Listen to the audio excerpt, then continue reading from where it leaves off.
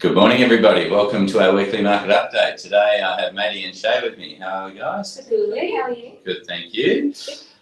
Nobody got washed away on the weekend. We're all still Almost. survived. Almost. Getting through Salamanca in that torrential downpour was fun, wasn't Yes, it? it was a lot. It was a lot. We were all, well, most of the team was out in Hobart for a combination of two things. One was the Real Estate Institute of Tasmania annual awards, and the other was the Huonville Lions football dinner. So we had lots and lots of things going on, and people were walking around in torrential downpours and lightning. So Yes. that was sort of Very interesting. the It for was Hobart. So. fun to see actually, because our footy dinner was at Blunston, Yes. and when the lightning would go off, you'd just see the whole oval lit up. Yeah. It was so cool. Yeah. Yeah. Ordered especially for the Yeah, only the best. And how was that evening? How was Great. the It was so good. It's a good reminder of the culture that we're building at the Lions. And yeah, it was awesome. Everybody got along really well. It was a fun time. Some good, well-deserved awards. It was nice. I got serious FOMO missing out on the REI. Oh, yes. It's worth it. And how was the REIT Awards, Shae?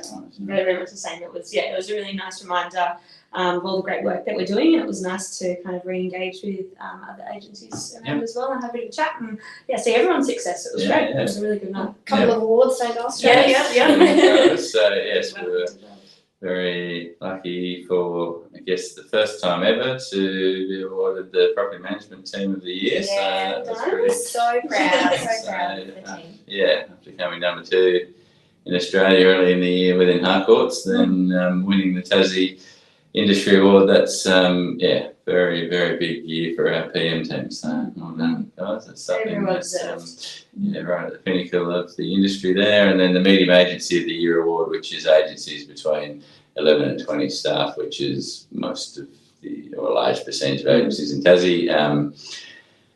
We've won that again for the 3rd year in a row. So three-peat going on there now, so pressure now. that's it. So, and that's the one that we did win at the Australian National Awards this year as well. So pretty awesome effort by the team. So in a very competitive category, and to be the best agency in Tassie in that size is certainly big achievement for our team to be recognised again. So well done to everyone for all the work that they do on that. And then the Innovation Award, which is something, I think that's the 3rd time we've won that over the years, and the REIT Awards as well. So we do tend to bring a lot of new stuff to industry and do some different things. So that's something.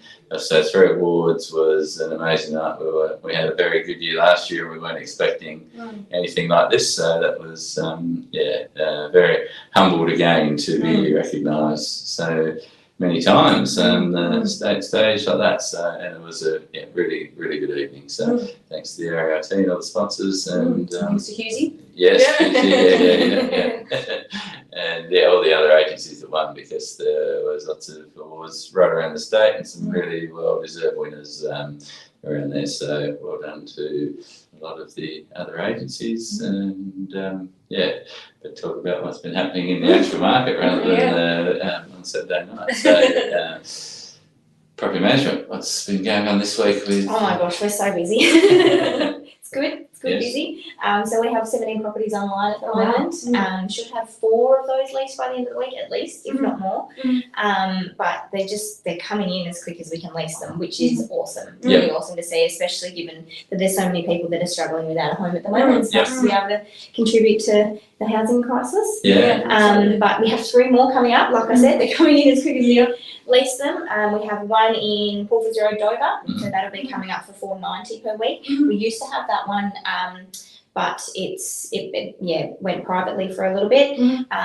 Then they gave it back to us, and it was very popular when we did have it. So I'm assuming that one will be pretty popular when we get it back. 38 Mountain River Road, we also used to have that one, but they've done a few things there, and we're going to get that one back. And it's nice property there, and that's $500 a week. And we have 153 Forsters Road in Leamington coming up, so that's $550. So Leamington's been a little bit more popular recently. So so very busy still. I feel like I've broken record saying everything, but I mean, it's great. I'm not complaining. Absolutely. And it is different, and it's probably a bit tougher for some landlords not having as many people to choose from, but it's way better for tenants to actually be able to be approved for a lot of Absolutely. homes and, And also quicker opportunity. too. Yeah. So between their application and when they're approved, the turnaround time is so much smaller because the pool of tenants or applicants is a little bit smaller now. Yeah. So Sure. yeah, it's great. It's really good.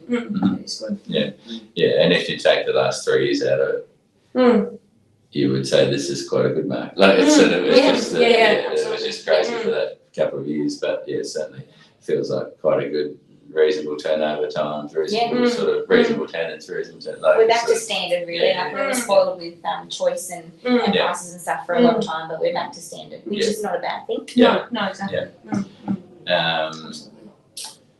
Sales, what's been happening? Sales over the last week, so. Yeah, we've had another really good week. We had a look at about 3 new properties coming to market hopefully this week, which is exciting. So we've got one down in Dover that'll be coming. Yep. We've got one in Nichols Roulette, and we've got some exciting things happening in Sydney as well, which I'm sure you guys will find out shortly.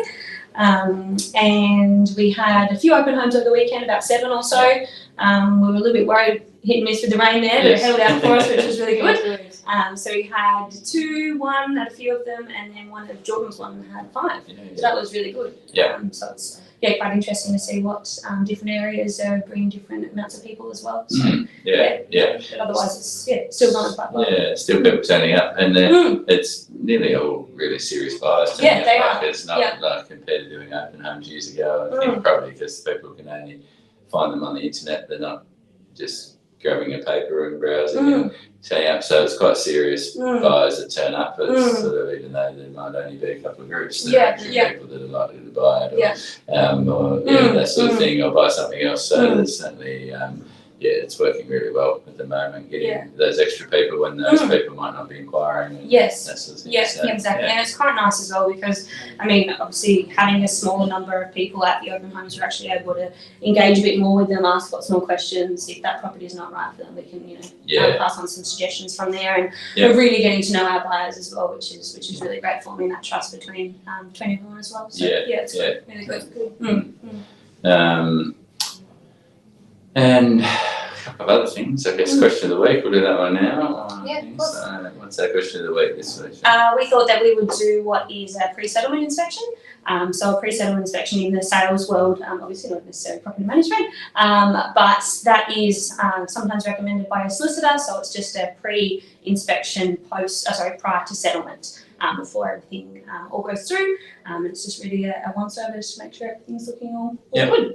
We don't do too many of them all the time, but combination. I guess the thing is, it's checking that the house is in the same or better condition than when the buyer inspected it is the legal definition of what it sort of is done there for. So I guess making sure that the stove and the windows haven't been taken down the road in the after the contract. So something. So it's one of those things that you rarely find issues with them. But exactly. I guess too, though, coming from a property management perspective, if it's a property that's likely to be an investment, it's really helpful for us for somebody to see it vacant prior to the settlement, so that when they see it again in 12 months' time or so, when the tenant vacates, it's the same. So it's hard. I guess it's kind of hard for purchasers to visualise it when it's full of somebody else's stuff. So it's really helpful for us to be on the same page.